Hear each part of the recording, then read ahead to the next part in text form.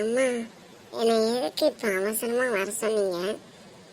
நான் கலெக்டருக்கு படிக்கிறதுக்கு அவசரம் என்னென்ன பண்ணணும் என்னென்ன போகணும் அதை பற்றி திங்க் பண்ணிக்கிட்டு இருந்தேன். நீங்கள் என்னடானா நேற்று தானே பார்த்துட்டு போனீங்க, அதுக்குள்ளே அவசரம், உடனே என்னை பார்க்கணும் சீக்கிரமாக வான்னு சொல்கிறீங்க.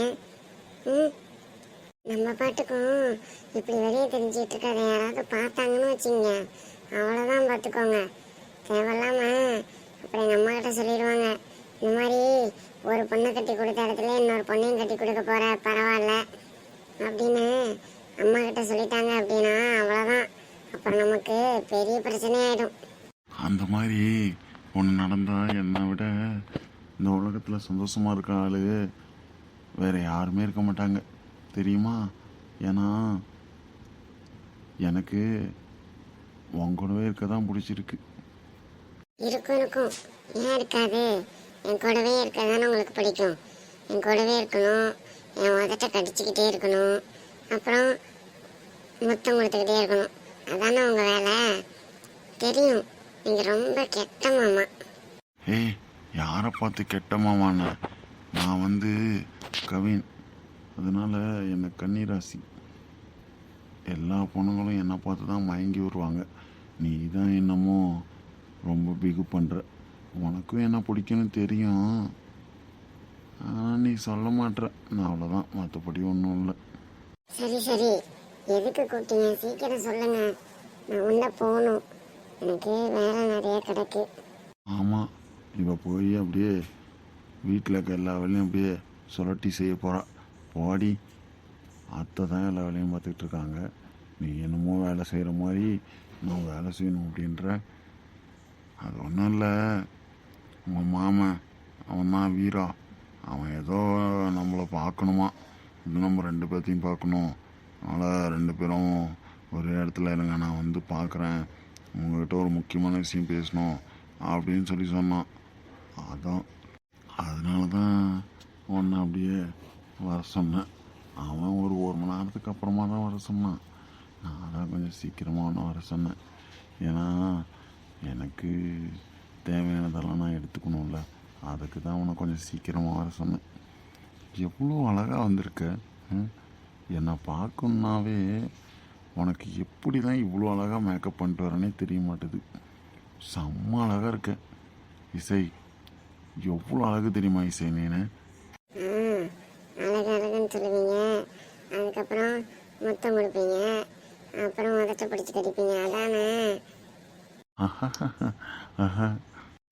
ஆமாம், நீ கேட்டால் தரியா, தரமாட்டேங்கிற, அப்புறம் என்ன பண்ணுறது? நீ தரலன்னா கடிக்க தானே செய்யணும், அதானே சரி.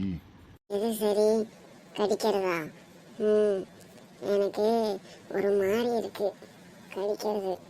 நீங்கள் முத்தம் கொடுக்கறனா முத்தம் மட்டும் கொடுக்க வேண்டியதானே, எதுக்கு கடிக்கிறீங்க? கடிச்சிங்கன்னா வலிக்காதா? அப்புறம் நீங்கள் எப்படியே பண்ணிக்கிட்டு இருந்தீங்கன்னா அந்த 2 மீசை இருக்குல்ல, அந்த மீசையை அப்படியே பிச்சு ஊதி போடுவேன், அப்புறம் உங்களுக்கும் வலிக்கும்ல, அப்போ தெரியும்ல என் வலி. நீ செஞ்சாலும் செய்வ. ஆத்தாடி ஆத்தா, மீசையில் மட்டும் கை வச்சிடாத, மீசை தான் அழகே, பார்த்துக்கோ. உங்களுக்கு உங்கள் மீசையை பிடுங்கினா மட்டும் உங்களுக்கு வலிக்கும், எங்களுக்கு எங்கள் உதட்ட பிடிச்சி கடிச்சிங்கன்னா மட்டும் எங்களுக்கு வலிக்காது, அப்படி தானே? ஏய் லூஸு, அப்படின்னா ஒன்றும் இல்லை, உன் மேலே இருக்க ஒரு ஆசையில் தான் நான் அதெல்லாம் பண்ணுறேன். இது தெரியாமல் என்னமோ விடு.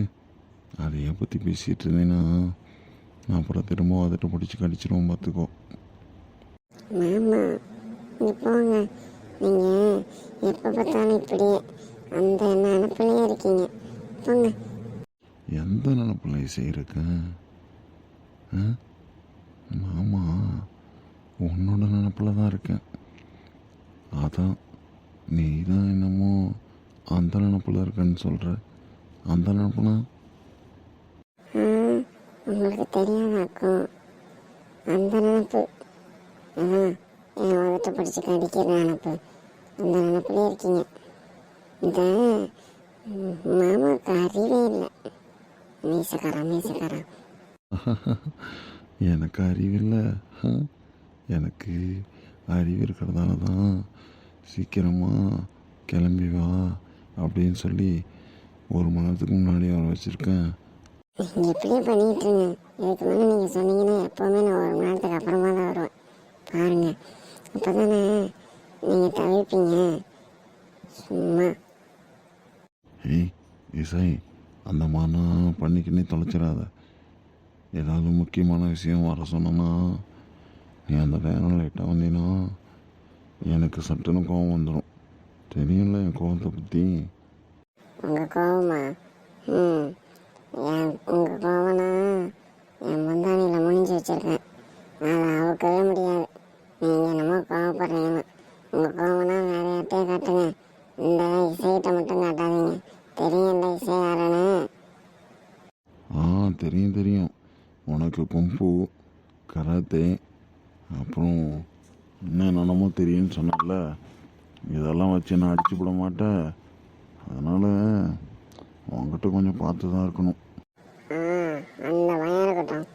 இந்த வீரம் ஒன்றை காணும். அவன் வரட்டும். அவன் வர வரையும் நம்ம அப்படியே கொஞ்சம் ரிலாக்ஸ் பண்ணுவோமா? மரத்தடி நல்லா தான் நிற்கிறோம். இதுக்கு மேலே என்ன ரிலாக்ஸ் பண்ணோம்? ஏய் சை, உன் மதத்தை பார்த்ததுக்கப்புறம் என் மனசு ஒரு மாதிரி இருக்கு. எனக்கு ஒரே ஒரு மொத்தம் மட்டும் தெரியா ப்ளீஸ்ப்பா. மாமா, பப்ளிக் பிளேஸ்லாம் முத்தம் கொடுக்கக்கூடாதுன்னு அன்னைக்கே ரூமில் இருந்தோம். ஒன்றும் பிரச்சனை இல்லை. இன்னைக்கு அப்படியெல்லாம் இல்லை. பப்ளிக் பிளேஸில் எப்படி முத்தம் தரது? ஹேய் லூஸு, பப்ளிக்னா ஒன்றும் இல்லை. அப்படியே குடைக்குள் உலகம் அந்த மாதிரி. அப்படியே கண்ணை மூடி ஒரே ஒரு மொத்தம், அழகான மொத்தம். உன் உதடு ஸ்ட்ராபெரி உதடு மாதிரி இருக்குது. அந்த ஸ்ட்ராபெரியை கட்டிச்சு சாப்பிடணும் போல் ஆசையாக இருக்குது. அப்போனா வேணாம், எனக்கு வலிக்கும். நீங்கள் எப்போ பார்த்தாலும் கடிக்குன்னே சொல்கிறீங்க மாமா. போங்க, உங்ககிட்ட நான் இனிமேல் பேசவே மாட்டேன். இந்த பக்கத்தை திரும்பிக்கிறேன். நீங்கள் உங்கள் பக்கத்தை திரும்பினா தான் நீங்கள் என் மதத்தையே பார்க்குறீங்க. என்னை பார்த்து பேச மாட்டீங்க. கண்ணை பார்த்து பேசுமாம்மா. உன் மொழியே மொழிதான். உன் மொழியே சரியில்லை. பா. அப்படி இல்லை இசை, உன்னோட கண்ணை பார்த்து தான் பேசணும்னு என் மனசு தோணுது. ஆனால் இருந்தாலும் அந்த உன் மேலே இருக்கிற ஒரு இணைப்பிரியாத லவ், அது உன் உதட்டு மேலே கண்ணை வைக்கிது. நான் என்ன பண்ணுறது? அப்படியே ஸ்ட்ராபெரி உதட்ட 2 பக்கட்டும் வச்சுக்கிட்டு அப்படி நிற்கிறியே. இதை பார்த்துட்டு சும்மா இருந்தான்னு வச்சுக்கோங்க, என்னை விட ஒரு பைத்தியக்காரன் இந்த உலகத்தில் இல்லைன்னு சொல்லலாம். மாமா, நீங்கள் ரொம்ப ஐஸ் வைக்கிறீங்க. ஐஸ் கட்டி கரைஞ்சி உருகிற போகுது. சரிங்களா? போதும் போதும் ஐஸ் வச்சதெல்லாம். ஐஸ் வைக்கிறேன்னு தெரியுது, ஒரு மொத்தம் தர மாட்டேன். சரி, என்ன பண்ணுறது? கெஞ்சிரிங்க உண்டை. யாரு? நான் மொத்தத்துக்காகனா என்றைக்குமே கெஞ்ச நாள் இந்த கவின் கிடையாது, தெரியும்ல. ஓ, அப்போ வேணாமா? சரி, ஓகே, பாய், நான் கிளம்புறேன். ஏய், நான் சும்மா சொன்னேன், அதெல்லாம் ஒன்றும் இல்லை. நீ இருந்தால் தான் எனக்கு சந்தோஷமாக இருக்கும். இப்போ தான் என்னமோ வீரப்பா சொன்னீங்க, மொத்தத்துக்காக கெஞ்ச மாட்டேன் அப்படின்னு. நீங்கள் கெஞ்சுங்க, அப்போ தானே முத்தம் தருவேன். ஏன்னா எதுவுமே நான் பண்ணாதாளு அப்படின்னு சொல்கிறாங்கல்ல, அவங்கள நான் என் பிடிக்குள்ள கொண்டு வரது தான் இந்த இசையோட ஸ்டைலு. அதனால் உங்களோட அந்த ஒரு திமிரை நான் அடக்கணும்னு நினைக்கிறேன். அதனால் என்கிட்ட கொஞ்சம் கெஞ்சிங்க, முத்தம் வேணும்னு. அப்போ நான் தரேன். அப்போ கூட யோசிக்கிறேன். ஆஹா, என்ன பழையபடி முருங்கமரம் ஏறுது, சரியில்லையே. சரி, என்ன பண்ணுறது? வருங்காலம் நம்ம பொண்டாட்டிக்கிட்ட ஒன்றும் இறங்கி போகிறது ஒன்றும் தப்பு இல்லை. சரி, பார்ப்போம், என்ன தான் பண்ணிடுவா நம்ம வருங்கால பொண்டாட்டி. அவளுக்காக அட்ஜஸ்ட் பண்ணி போகிறதுல ஒன்றும் தப்பு இல்லை, போவோம்.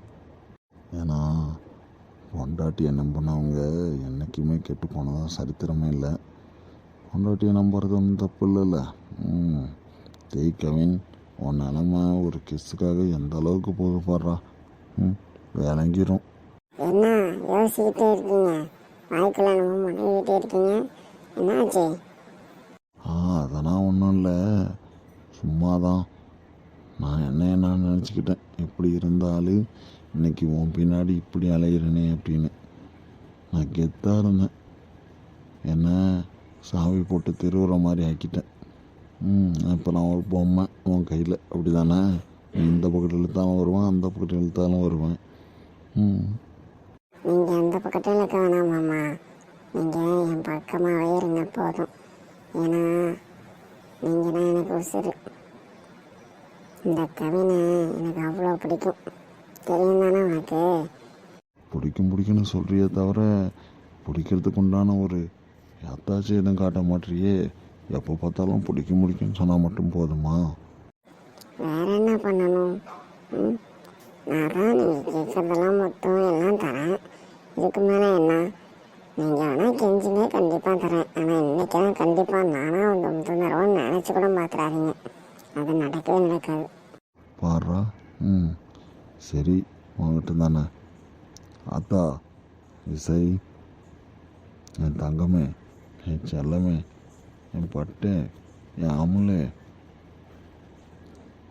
நான் உங்ககிட்ட இந்த அளவுக்கு இறங்கி பேசுகிறேன். எனக்கு ஒரே ஒரு முத்தம் கூட அத்தா. வந்துட்டு ஆளை ஒன்னே ஒன்று கொடுமா. எப்படி இந்த இசைனா கொக்கா? சொல்லு, உங்களே கெஞ்சி வச்சிட்டேன்ல, வேற மாதிரி நான். நீ பெரிய ஆள் தான், நான் இல்லைன்னு சொல்லலை. நீ பெரிய ஆள் தான், இப்போ வந்து மொத்தம் கொடு. மாமா, நீங்கள் என்றைக்குமே யாருக்கிட்டையுமே இறங்கி போகக்கூடாது, இந்த இசையை தவிர. அதுதான் என்னோட ஆசை. என் மாமானா ஒரு கெத்தாக இருக்கணும், அப்படி தானே? நான் நினைக்கிறது ஒன்றும் தப்பு இல்லைல்ல? நீ நினைக்கிறது தப்பே இல்லை இசை. உன்னை தவிர நான் யாருக்கிட்டையும் இறங்கி போக மாட்டேன். உனக்காக எதையும் செய்வேன், சரியா? நீ என்ன கேட்டாலும் உனக்காக நான் செய்வேன். ஏன் இசை இல்லை? சரிங்க மாமா, ஒன்றும் பிரச்சனை இல்லை. தந்துடவா? கொடு கொடு கொடு. போதுமா மாமா? இதெல்லாம் காற்றுல பறந்து போயிடும் இசை. எனக்காக அந்த உதட்டு மேலே உதட்ட வச்சு ஒரு கிஸ் தரியா? கிஸ்ஸா? அந்த மாதிரி இந்த புஷ்பா படத்தில் கொடுப்பாங்களே, அந்த மாதிரியா? சரி, என்ன பண்ணுறது? நீங்கள் வந்து கெஞ்சுறீங்க, நீங்கள் தான் கெஞ்சுற அளவுக்கு ஆயிடுச்சு பார்த்தீங்களா? அதை யோசிச்சு பார்த்தீங்களா நீங்கள்? பின்ன யோசிக்காமல் என் இசைக்கிட்ட தானே கெஞ்சுறேன், தப்பு இல்லை.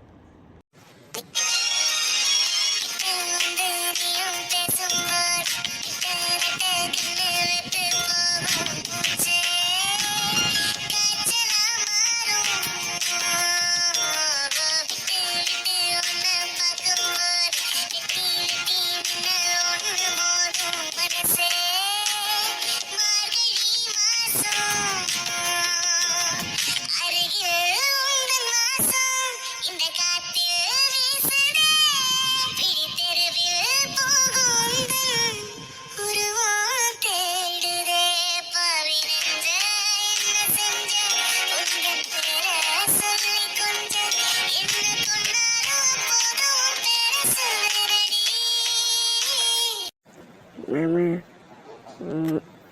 ஐ love you. I love you ராமேஸ்வரா. இது டாவா? சரி, என்ன பண்ணுறது? ஐ லவ் யூ டி முட்டைக்கண்ணி. Isai, I love you Isai. I love you so much. இருக்கட்டும், கொஞ்சம் அடக்கி வாசிங்க. எல்லாத்தையும் கல்யாணத்துக்கு அப்புறமும் கொஞ்சம் தேவை. இப்போவே எல்லாத்தையும் முடிச்சுக்கிட்டோம் அப்படின்னா கல்யாணத்துக்கு அப்புறம் ஒன்றுமே இருக்காது. என்ன நான் சொல்கிறேன்? கல்யாணத்துக்கு அப்புறம் இன்னும் நிறைய இருக்குது, இதெல்லாம் சாம்பிள் தான், சரியா இசை? மாமா, எனக்கு ஒரு ப்ராமிஸ் மட்டும் பண்ணுங்க. என்ன ப்ராமிஸ் சொல்லு? அது ஒன்றும் இல்லை, எப்போவுமே என்கிட்ட இதே மாதிரி தான் இருப்பேன், நான் உங்ககிட்ட எந்த ஒரு கோவம் பண்ண மாட்டேன், உனக்கு பிடிச்ச மாதிரி நான் நடந்துக்கிறேன் அப்படின்னு எனக்கு ஒரு ப்ராமிஸ் பண்ணுவேன். என்றைக்குமே நீங்கள் மாற மாட்டீங்களா? இப்படி தானே இருப்பீங்க. ஏன்னா மாறிட்டீங்கன்னா என் மனசு ரொம்ப காயப்படுத்தும். ஏய் லூஸு, ஏன் இப்படின்னா பேசுகிற? அதெல்லாம் என்றைக்குமே மாற மாட்டேன். இந்த கவின் இப்படி தான், என் இசைக்கிட்ட என்றைக்குமே இப்படி தான் இருப்பான். சரியா? ரொம்ப தேங்க்ஸ் மாமா. நீங்கள் எங்கே மாறிடுவீங்களோன்னு எனக்கு பயம். ஏன்னா மாமாவும் கோவக்காரரு, அப்புறம் உங்கள் அண்ணன் தம்பிகளும் கொஞ்சம் ரகதான ஆளு. அதெல்லாம் ஒரு பயம் மனசுக்குள்ள. யார் எப்படி இருந்தாலும் சரி, உங்கள்கிட்ட நான் இப்படி தான் இருப்பேன். சரியா? இந்த வீரா பையலோட அண்ணன் காணும், வரான அண்ணன் காணும் பார்த்தியா? நம்மளே பேசிகிட்ருக்கோம். ம், ஆமாம் மாமா. இன்னும் டைம் ஆயிடுச்சு, வந்துட்டு நான் போகணும்ல. இல்லை நீங்கள் பார்த்து பேசிட்டு போங்க, நான் கிளம்புறேன். ஒன்றும் தேவையில்ல, இரு, அவன் வந்துடுவான், என்னென்னு பார்க்கலாம். அவன் ஏதோ ரொம்ப 2 பேர்த்திட்டே தான் பேசணும்னு சொல்லி சொன்னான். வரட்டும்னு சொல்லி வெயிட் பண்ணிகிட்ருக்கேன். சரி வரட்டும், என்னென்னு பார்ப்போம். ம், சரிங்க மாமா.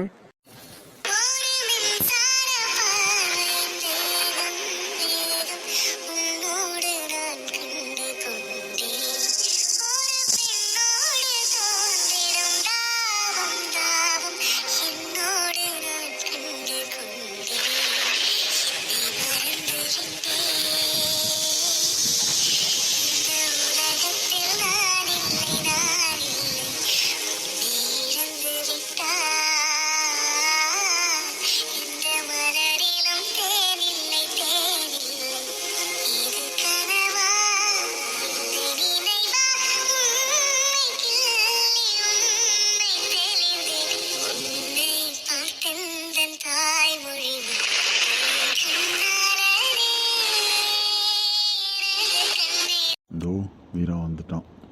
அச்சோ, எனக்கு கொஞ்சம் பயமாக இருக்குது. ஏன்னா அவன் என்னை லவ் பண்ணுறேன், கல்யாணம் பண்ணிக்கிறேன் அப்படி இப்படின்னு சொன்னால அதை நினைக்கும் போது இன்னும் எனக்கு பயமாக தான் மாமா இருக்குது. அவன் உங்களை ஏதாவது பண்ணிட்டானா? நீ ஒன்றும் கவலைப்படாத, நான் பார்த்துக்கிறேன். சரியா? நீ முதல்ல இந்த மாதிரி பேந்த முழிக்கிறதையும் இந்த பயப்படுறதையும் வச்சுக்காத. நீ பயப்படவே கூடாது. நீ யார்? கவினோட ஆள், என்னோட இசை. அதனால் இசை மாதிரி கம்முன்னு இருக்கணும், அப்படியே அழகாக இருக்கணும். சரியா? கத்தாத, எதுவும் பண்ணாத, எதுவாக இருந்தாலும் ஃபேஸ் பண்ணிக்கலாம். அவன் என்ன சொல்ல வந்திருக்கானே தெரியல, பாப்பு என்னன்னு வெயிட் பண்ண. ஹாய் இசை, எப்படி இருக்க? நல்லா இருக்கியா? கவின், நல்லா இருக்கீங்களா? எப்படி இருக்கீங்க 2 பேரும்? நல்லா இருக்கேன். வீரா, நீ எப்படி இருக்க? நல்லா இருக்கியா? என்ன நீ ஆளே மாறிட்ட, ஒரு மாதிரி வித்தியாசமாக பேசுகிற. நீ இப்படி பேச மாட்டியே. நீ எப்பவும் ஒரு மாதிரி கோவமாக தானே பேசுவ. இப்போ சிரிச்சுக்கிட்டு இருக்க, அமைதியாக பேசுகிற. நல்லா இருக்கேன்பா வீரா. இசை, நான் முதல்ல ஒரு முக்கியமான விஷயந்தான் சொல்ல வந்தேன். அதுக்கு முன்னாடி நான் உன்கிட்ட மன்னிப்பு கேட்குறேன். I am really sorry Kavin sir, I am really sorry. ஏன்னா நான் ரொம்ப தப்பாக நடந்துக்கிட்டேன்னு இப்போ தான் ரியலைஸ் பண்ணி பார்க்குறேன். இசை எப்போவும் காற்று மாதிரி பறந்துக்கிட்டு சிரிச்சுக்கிட்டு ஓடிக்கிட்டு இருப்பா. ஆனால் இப்போது என்னை பார்த்து பயந்துட்டு நிற்கிறா. அந்த மாதிரி நான் நடந்துக்கிட்டது தப்பு தானே. ஐ எம் சாரி இசை, என்னை மன்னிச்சிடு. வீரா, என்ன நீ ஆளே வித்தியாசமாக பேசுகிற. என்னைக்கு நீ எப்படின்னா பேச மாட்டியே, என்னாச்சு? ஆமாம் வீரா, நீ ஒரு மாதிரி அடாவடியாக பேசுகிறாளாச்சே. இந்த அளவுக்கு பொறுமையாக நிதானமாக பேசுகிறாள் இல்லையே. எங்கேருந்து வந்துச்சு இந்த நிதானம்? என்ன, ஏதாவது காதல் வழியில் சிக்கிட்டேன்னா? கவின் சார், எப்படி கரெக்டாக கண்டுபிடிச்சிங்க? எனக்கு ஒன்றுமே புரியல. நானும் சொல்லலை, எப்படி அசால்ட்டாக கண்டுபிடிச்சிங்கன்னே தெரியல. ஆமாம் சார், எனக்கு ஒரு பொண்ணை பிடிச்சிருக்கு. அந்த பொண்ணை தான் கல்யாணம் பண்ணிக்கலாம் அப்படின்னு ஒரு ஆசை. அதுக்கு நீங்கள் ஏதாவது ஹெல்ப் பண்ண முடியுமான்னு கேட்கலான்னு தான் வந்தேன். அதான் அதுக்கு முன்னாடி உங்கள்கிட்ட நான் சாரி கேட்டேன். அட சொல்லு வீரா, இல்லை சாருன்னா கூப்பிட வேணாம், பங்காளினே கூப்பிடு, ஒன்றும் பிரச்சனை இல்லை. நம்மெல்லாம் அண்ணன் தம்பிங்க மாதிரி தானே, சரியா? அதனால் எதுவாக இருந்தாலும் என்கிட்ட சொல்லு, பார்த்துக்கலாம். யார் பொண்ணு? இசையில் இல்லை. சாச்சா, சாரி இசை, என்னை மன்னிச்சிரு. நான் உன்னை ரொம்ப டார்ச்சர் பண்ணிட்டேன், என்னை மன்னிச்சிரு. ஆ பரவாயில்ல வீரா, நீயும் என்னை மன்னிச்சிரு. நானும் உன்னை திட்டிருக்கேன்ல, என் மேலேயும் தப்பு இருக்கு, என்னை மன்னிச்சிரு. ஆ பரவாயில்ல இசை, நான் இந்த அளவுக்கு பண்ணியும் என்கிட்ட நீங்கள் 2 பேரும் பேசுகிறீங்கள, அதுவே பெரிய விஷயம். வேறு யாராக இருந்தால் சீப்போன்னு சொல்லிட்டு போயிடுவாங்க. நீங்கள் பேசுகிறீங்கள, அதான் உங்களுக்கும் எனக்கு இல்லை டிஃப்ரெண்ட்டு. அட வீரா, ஃப்ரீயாக விட்றா, அதெல்லாம் ஒன்றும் பிரச்சனை இல்லை. நீ சொல்லு, என்ன பிரச்சனை? என்ன பொண்ணு? எங்கே இருக்குது அந்த பொண்ணு? என்ன பண்ணுது? எனக்கு கொண்ட ஒரே ஆர்வமாக இருக்குது. இருக்கும் ஆர்வமா, ஏன் இருக்காது? அடுத்தவங்க காதல் ஸ்டோரியை கேட்கணும்னா உங்களுக்கு ஆர்வமாக தானே இருக்கும். இசை, நீ கொஞ்ச நேரம் வெயிட் பண்ண, அவன் என்ன சொல்கிறான்னு பார்ப்போம். ஏதோ நம்மக்கிட்ட ஏதாவது உதவி கேட்கணும்னு வந்திருக்கான். இப்போ நம்ம பாட்டுக்கு சும்மா விடக்கூடாதுல்ல, அவன் பாவம் இல்லை. என்ன அக்கறை புதுசா? இவனை வெட்டணும் கொத்தணும்னு இப்போ என்னமோ இந்த அளவுக்கு பேசுறீங்க? அது இல்லை இசை, ஒருத்தவங்க நம்ம தப்பு பண்ணதை ரியலைஸ் பண்ணிவிட்டு திரும்ப வந்து நம்மக்கிட்ட வந்து சொல்கிறாங்க அப்படின்னா அவங்களுக்கு ஒரு மரியாதை கொடுத்து பேசணும்ல, அந்த ஒரு மனிதாபிமானம் தான், சரியா? இதில் ஒன்றும் வேறு ஒன்றும் அர்த்தம் இல்லை. நீ கொஞ்ச நேரம் சும்மா என்னன்னு கேட்போம். கேட்போம்.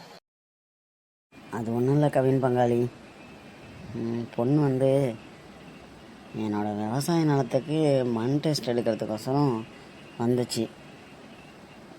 பொண்ணுனா பொண்ணு, ஒக்கா மக்கா அப்படிப்பட்ட பொண்ணு. அப்படியே சுண்டி விட்டால் ரத்தம் வரும், அந்த அளவுக்கு அழகு. கலரு அதை விட அப்படியே பாலில் முக்கி எடுத்த மாதிரி கலரு. அவள் 2 கண்ணு இருக்கே, கண்ணு அது கண்ணே இல்லை பங்காளி. அப்படியே 2 நொங்கு இருக்குது பாரு, அந்த நொண்ணு அப்படியே அதில் வரும் பாரு சில்லுன்னு, அப்படி இருக்கும் அந்த கண்ணு. அதை பார்த்துக்கிட்டே இருக்கணும்னு தோணும் அந்த கண்ணு, அந்த அளவுக்கு அழகுனா பார்த்துக்க. அதுவும் அந்த பொண்ணு ஒரு கெத்தாக பேசும் பாரு, அவள் பேச்சில் இந்த உலகமே அடங்கிருச்சுன்னா பார்த்துக்க. உலகம்னு சொன்னது நான் ரொம்ப எப்படி இருந்தவன் அப்படியே மயங்கி போயிட்டேன். அந்த அளவுக்கு அந்த பொண்ணு பேச்சு. அந்த பொண்ணு மாதிரி ஒரு பொண்ணு நான் எங்கேயுமே பார்க்கல பங்காளி.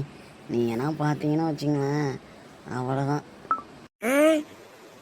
ரொம்ப தான் பொண்ணு இல்லையா பொண்ணு? அப்போ எங்கெல்லாம் பார்த்தா? அவன் இப்போ உன்னையா சொன்னான், நீ இப்போ எதுக்கு அவன்கிட்ட சண்டைக்கு போகிற? கொஞ்ச நேரம் சும்மா இருக்க மாட்டியா? நான் உன்னை சும்மா தானே இருக்க சொன்னேன். அவன் ஏதோ அவனோட ஆளை மனசுக்குள்ளே கொஞ்சம் திங்க் பண்ணி வச்சு அவன் சொல்கிறான், அதை ரசிப்பியா? சும்மா இதான் பொம்பளைங்க புத்தி இதுதான்ப்பா. அங்கே சொன்னோன்னே இங்கே ஏறுது பார்த்துக்குது இதுக்குன்னு. அதான் ஒன்றும் ஏறல. சாரி இசை, நீ இருக்கிறது தெரியாமல் உன் முன்னாடியே ஒரு பொண்ணை பற்றி இந்த அளவுக்கு பேசுகிறேன்ல, அது உனக்கு ஒரு மாதிரி தான் இருக்கும். எனக்கெல்லாம் ஒன்றும் இல்லை. தெரியுது, மேலே சொல்லு பங்காளி. அதான் அந்த பொண்ணு வந்து இந்த மாதிரி அக்ரியில் டிபார்ட்மெண்ட்டில் தான் இருக்குது, இந்த மண் டெஸ்ட் லேபில் எடுக்கிற ரிசர்ச்சில் இருக்குது. அந்த பொண்ணு எனக்கு ரொம்ப பிடிச்சிருக்கு. எனக்கு அந்த பொண்ணை பிடிச்சிருக்கு, அந்த பொண்ணுக்கு என்ன பிடிச்சிருக்கான்னு தெரியல. அதான் நீங்கள் ஏதாவது ஹெல்ப் பண்ண முடியுமா அப்படின்னு. ஏன்னா நான் போய் பேசுகிறதுக்கு எனக்கு ஒன்றும் தோணலை, எனக்கு ஒரு மாதிரி பயமாகவும் இருக்குது. சரி, அதான் நீங்கள் ஏதாவது ஹெல்ப் பண்ண முடியுமா? பண்ணிட்டா போச்சு, பங்காளிக்கு இல்லாத ஹெல்ப்பா? பொண்ணு பேர் என்ன? பொண்ணு பேர் வந்து நீலாமரி அப்படின்னு சொல்லுவாங்களாம் ஆஃபீஸில். ஆனால் உண்மையான பேர் வந்து காவியா. எவ்வளோ அழகாக இருக்குது பற்றியா பேரே எனக்காக செஞ்சு வச்ச மாதிரி இருக்குது. வீரா காவியா, அழகாக இருக்குல்ல? அப்பா முடியல. பாத்ரூம் போயிட்டோ, பின்னாடி தான் இருக்கு. உங்களை கொல்ல போகிறேன். அப்புறம் நீ தானே சொன்ன முடியலன்னு. வீரா பேசுறது முடியலன்னு.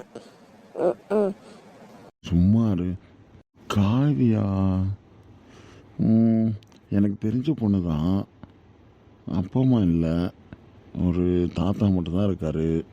ஆனால் ரொம்ப நல்ல கேரக்டரான பொண்ணு. அப்புறம் அந்த பொண்ணுக்கு நேர்மையாக இருக்கிறது வந்து ரொம்ப பிடிக்கும். ரெண்டாவது விவசாயம் பண்ணுறவங்களும் ரொம்ப பிடிக்கும். அது எதாலாம் தெரியாது, அதனால் என்னையும் அந்த பொண்ணுக்கு ரொம்ப பிடிக்கும். என் தங்கச்சி மாதிரி. பங்காளி, தயவு செஞ்சு தங்கச்சின்னு மட்டும் சொல்லாத. ஏன்னா உனக்கு தங்கச்சினா நான் கல்யாணம் பண்ணிக்க முடியாதுல்ல. தங்கச்சின்னு மட்டும் சொல்லாத. அட, தங்கச்சின்னா ஒரு சும்மா ஒரு எக்ஸாம்பிளுக்கு சொல்கிறேன்பா. நீ வந்த என் தங்கச்சி, அது என் தங்கச்சியாக இருந்தால் எப்படி உனக்கு கல்யாணம் பண்ணி தருவேன்? ஆ, எனக்கு தராமல்? அட, என் தங்கச்சி நான் உனக்கு கொடுக்க முடியாதுப்பா. ஏன்னா நீ பங்காளியில் நம்ம தங்கச்சி அது. அதனால் தங்கச்சி என்ன அண்ணனுக்கு கல்யாணம் பண்ணி தர முடியாது. அந்த பொண்ணு தானே. இந்த பொண்ணு லவ் பண்ணுற ஆள்லாம் இல்லையே. சரி, என்னென்னு பார்ப்போம். நீ எதாவது சொல்கிற, என்னென்னு பார்க்கலாம். சரியா? நான் போய் டேரெக்டாக நீ லவ் பண்ணுறேன்னா சொல்ல மாட்டேன்.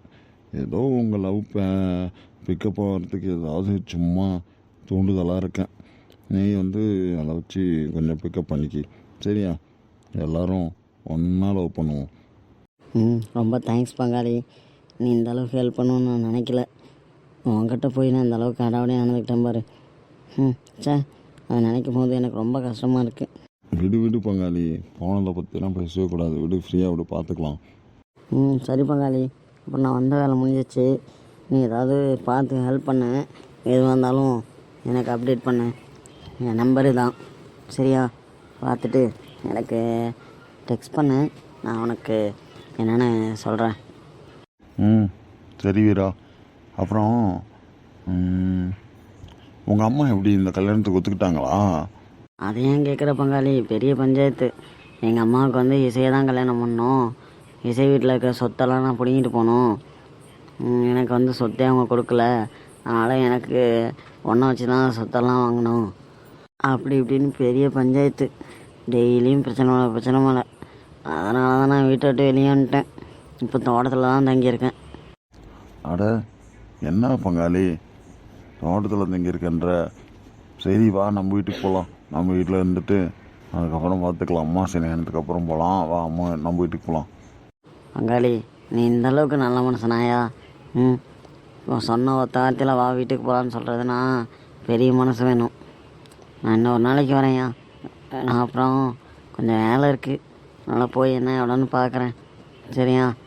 அப்புறம் காவியாவையும் போய் பார்க்கணும். சும்மா போய் சைட் அடிக்கிறது தான், பேசினா முடியாது. ஏன்னா டெய்லியும் போய் பேச முடியும்? ஏதோ காரணம் வச்சு பேச முடியாதுல்ல. அதனால் பார்ப்போம், தூரத்தில் வந்து சைட் அடிக்க வேண்டியதான். சரி பங்காளி, சரி பாரு, என்னால் முடிஞ்ச உதவி நான் ஏதாவது பண்ணுறேன். சரி பங்காளி, வரேன். இசை போயிட்டு வரேன். சரி வீரா, பார்த்துப்போ. எதுக்கு இடுப்பு கிள்ளிக்கிட்டே இருக்கீங்க? சும்மா உங்களால் நிற்க முடியாதா? வீரா வந்துட்டான், அவன் முன்னாடியே நீங்கள் பாட்டுக்கும் இடுப்பு கிள்ளிக்கிட்டே இருக்கீங்க. நானே அவ்வளோ நேரம் தான் பாம்பு மாதிரி நினச்சிக்கிட்டே இருக்கிறது. அதெல்லாம் ஒன்றும் நினைக்க மாட்டான். வீரா பார்த்தியா எப்படி மாறிட்டான்னு? பார்க்குறதுக்கு அவன் மாதிரியே தெரில பற்றியா? அவன் எப்படி நம்மக்கிட்ட வந்து கற்றுனான், அவங்ககிட்ட எப்படி நான் அவனை தான் கல்யாணம் பண்ணிப்பேன் அப்படி இப்படின்னு சொன்னான். இப்போ அதெல்லாம் எதுவுமே இல்லை பற்றியா? அதான் காதல் வந்துட்டா மனுஷனை எப்படி வேணாலும் மாற்றுங்கிறதுக்கு வீரா ஒரு உதாரணம். என்ன நான் சொல்கிறது? ஆமாம், நீங்கள் சொல்கிறது சரிதானே. அதனால தானே இப்போ வீரா இப்படி இந்த அளவுக்கு மாறி இருக்கான். அது வரைக்கும் எனக்கு சந்தோஷம். இல்லைன்னா என்ன தான் கல்யாணம் பண்ணிக்கணும் அப்படி இப்படின்னு என் பின்னாடியே தெரியும். அது எனக்கு ரொம்ப கஷ்டமாக இருக்கும். விடு, நான் பார்த்துக்கிறேன். நான் இருக்கேன்ல, நீ கவலையப்படாத.